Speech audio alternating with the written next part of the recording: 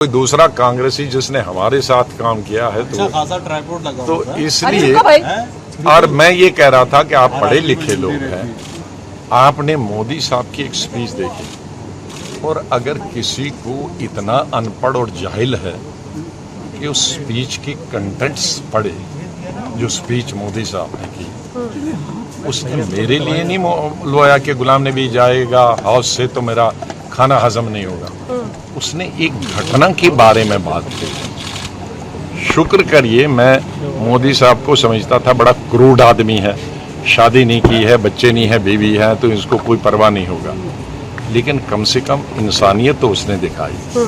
जब मैं chief minister था कश्मीर में और गुजरात की टूरिस्ट बस पे गाड़ी के अंदर, नॉर्मली गाड़ी के बाहर लगता है ग्रेनेड, शीशा खुला था तो ग्रेनेड गाड़ी के अंदर बस्ट हुआ तो लोग ऑन स्पॉट मर गए, किसी टांग नहीं थी, किसी की यहाँ नहीं थी, जख्मी हो गए। तो जब सीएम का गुजरात का फोन आया तो आई वाज क्राइंग, रो नहीं रहा था, क्राइंग जोर जोर से, तो मैं रो रहा था। तो मोदी साहब ने फोन मेरे ऑफिस वालों ने कान में दिया तो मैंने कहा भाई मैं बात नहीं कर सकता हूँ। तो उन्होंने आवाज़ मेरे रोने की सुनी।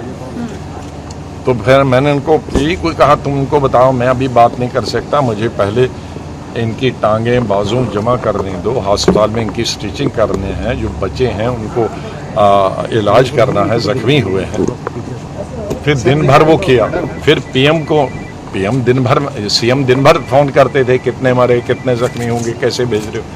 पीएम से मैंने जब फ़ोन किया कि मुझे 2 जहाज़ चाहिए, एक में जख्मी भेजने हैं और एक में मुझे जिंदा ये लाशें भेजनी। जब मैं 4 बजे फिर उनको सियाफ करने गया जहाज़ में, तो लोगों ने फिर रोना, मेरी टांगें, नाराज़गी नहीं दिखाई ना। किसी बच्चों ने कहा मेरे बाप दे दो, पिताजी दे दो, किसी ने कहा मेरे पति दे दो या बीवी दे दो।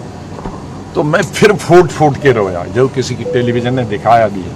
फिर उस वक्त पीएम ने आया, ये सीएम गुजरात का फ़ोन आया, अरे स्टार्ट हो गया। मैं बोल नहीं सकता, उसी चौक में मैं बोल जब रहा था तब देखा। उसको देखकर उन्होंने किया तो ये कौन सी बुरी बात है, ये मेरे लिए नहीं, उस घटना का वो उसने बताया। मैंने कल दोबारा सुनी स्पीच, उसमें कहा कि जैसे इनके परिवार का कोई आदमी गुजर गया।